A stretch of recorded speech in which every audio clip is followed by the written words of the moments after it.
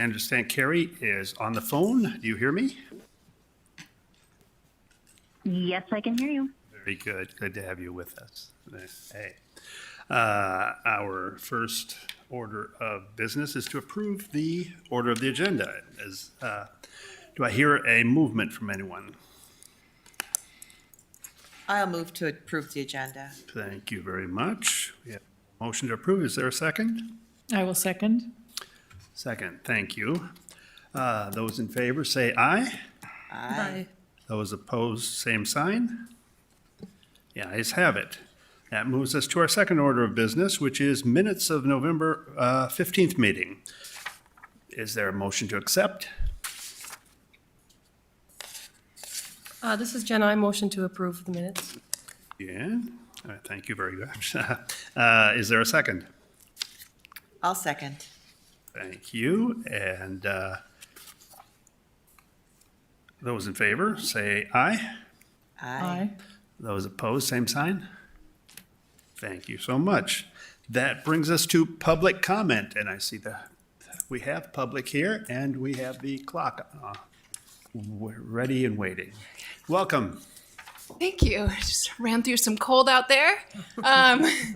My name is Whitney Oxendahl, and I am a citizen of Fargo and a former library board member, and I come every once in a while to talk about library boards because I'm passionate about the library and boards of directors. So here we are. So when I was on the board, I would ask myself, well, before I started, I was like, what does the library board do? Or a lot of times when you get on a board, you're like, what is this board? And so I read a lot of board manuals and stuff because I do nerdy research things. And yeah, so the library boards here are governance boards where you look at policy, and the strategic planning for the library, kind of an overview of the library. And if you look at I'm sure all of you have, the North Dakota State Library has a Board of Trustees manual, and it's great. It has core knowledge you should have as a library board member. And so some things, and you can request this in the meetings to have some more education on different things. There's some classic ones about the library services, which you hear every time you come in, what library services and programs are happening. Ones that I would have liked to see when I was on the board are services and resources from the state library and national library associations. I think that would have really helped me out to understand libraries and operations on a whole. And also national library trends and any legislation that affect libraries and any library laws. So I think there's a holistic educational piece that was missing when I was on the library board to fully understand how libraries work and what I should be looking at and what questions I should be asking during the meetings. So if you're interested in that, I just thought I'd come with a little list. You can ask for more education on that because that's where I probably would have headed had I continued on the library board instead of hung out with my kids more on Tuesday afternoons. Anyway, that's all for me. Thank you again every time for serving on the library board. It's a volunteer position, and I appreciate you all. Thanks. Thank you, Whitney. Any more public? None. Very good. That brings us to staff report. Megan, you have the floor. Hello, I will just highlight a few things. First, I wanted to mention that the new hours that you all voted on in October are going to begin after the first of the year. 2 of the 4 part-time circ positions that will help fill that gap have been hired. The other 2, we have conditional offers out. We're just waiting on background checks. We also had, in the past month, a longtime library employee, Eva Holland, who has retired. So we're in the middle of hiring for that. For events, we have a lot of children's things going on next week while the kids are out of school.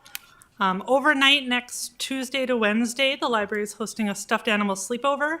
Kids can drop off their stuffed animals on Tuesday and come pick them up on Wednesday. When they come back, they'll see all the good times their friends had overnight, and we'll do a craft. We're having Mary Poppins sing-along on Thursday. They'll be screening the 1964 movie and doing activities and having treats.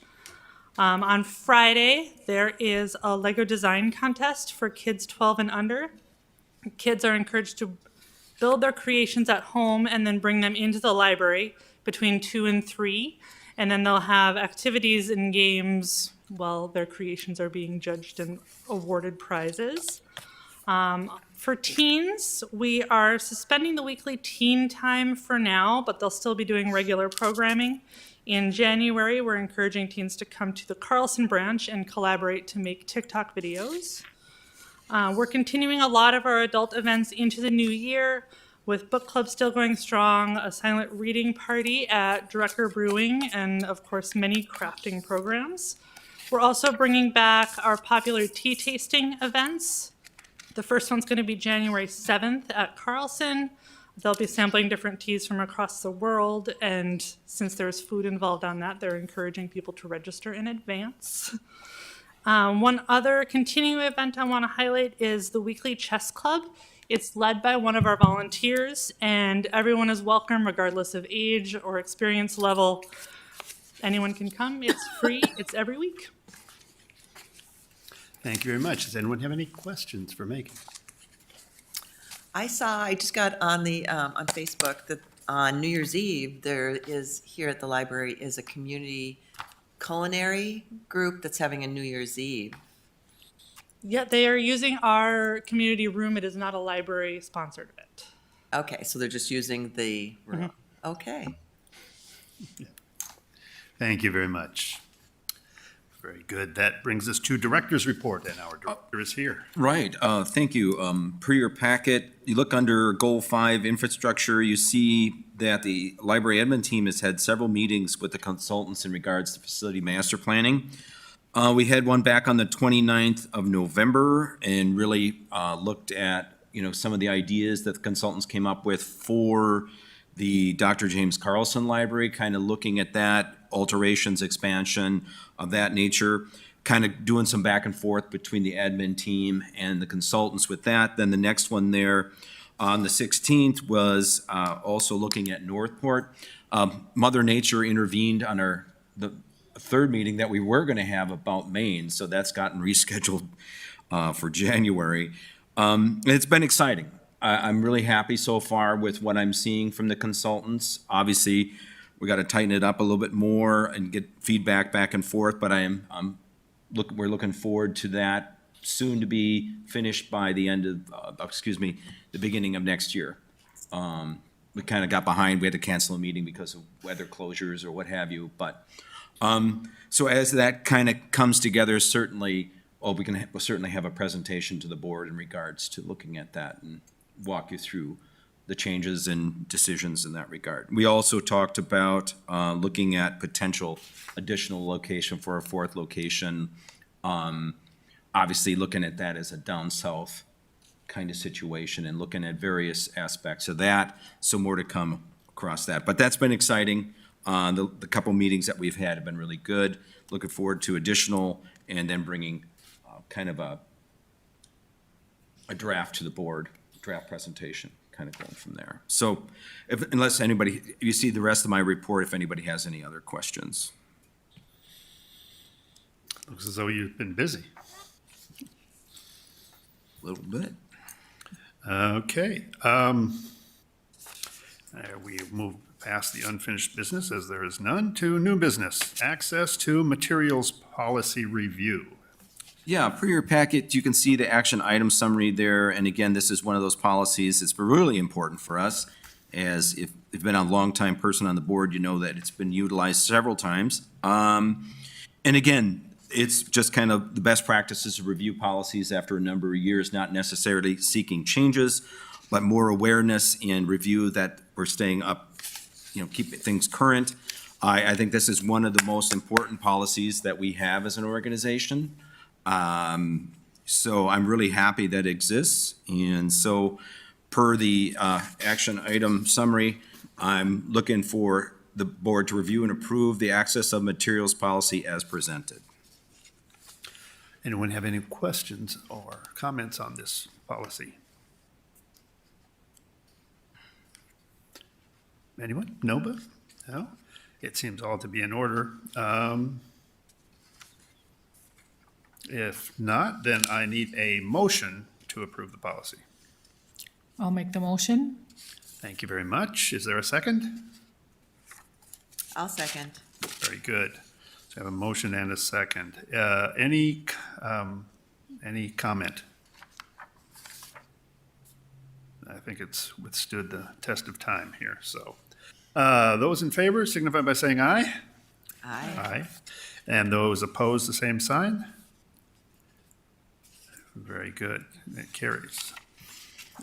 That brings us to statistical report. And you have the floor once again. Yes, per your packet there, you can see in terms of library use, looking at attendance. And we're happy to say, as you can see, year-to-date through the end of November, we're up a good 27% over year-to-date end of November in 2021, by at least 27%, which equals a little over 72,000 more folks coming through the door at all locations.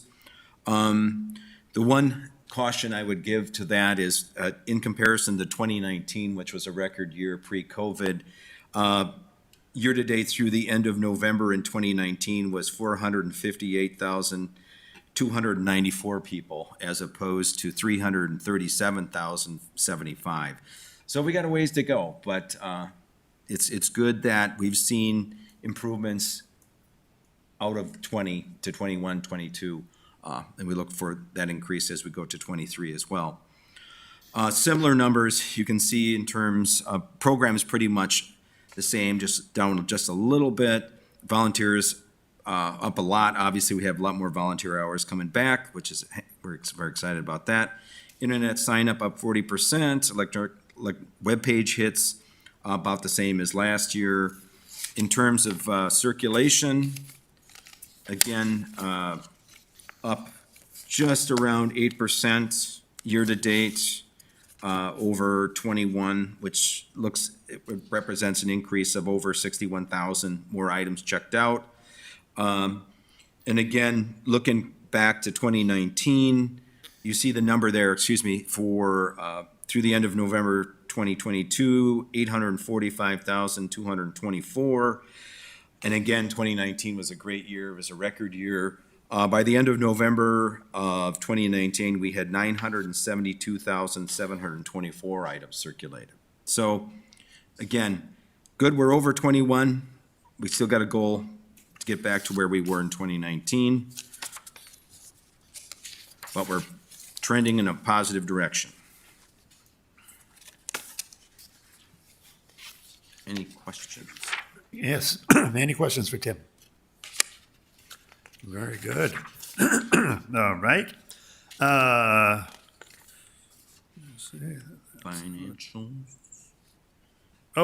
Financials. Sure. First one, looking at the donation summary. On the revenue side, you see that $52. 50 of it was a donation by Diane Briggs, former staff member, in memory of Mark Schneider. And the other $2 was a patron donated $2 at the desk. On the expenditure side, the $300, that was for Facebook ads for One Book, One Community from the Friends. So thank you, Friends. The $30 there expended was for staff development. Again, that's from the Friends. The $621 for programming, that was for the Seed Library, One Book, One Community, and Crafternoons. And again, thank you, Friends, for that. And the last, the $726, that was for the children's summer reading program books. And again, thank you, the Friends, for that. So big thank you to the Friends across the board. Very good. In terms of operating, through 92% of the fiscal year expended aggregate, we're just right around 87, certainly watching it to the end of the year. We should come almost down on a dime on that, so obviously we're watching it closely. And revenue at $25,140.96. So that's where that is.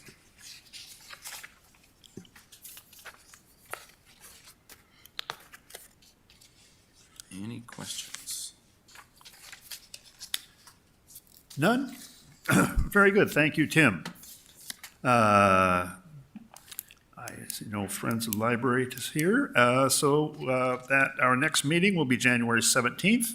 That will be my last meeting for a couple months. So we are adjourned.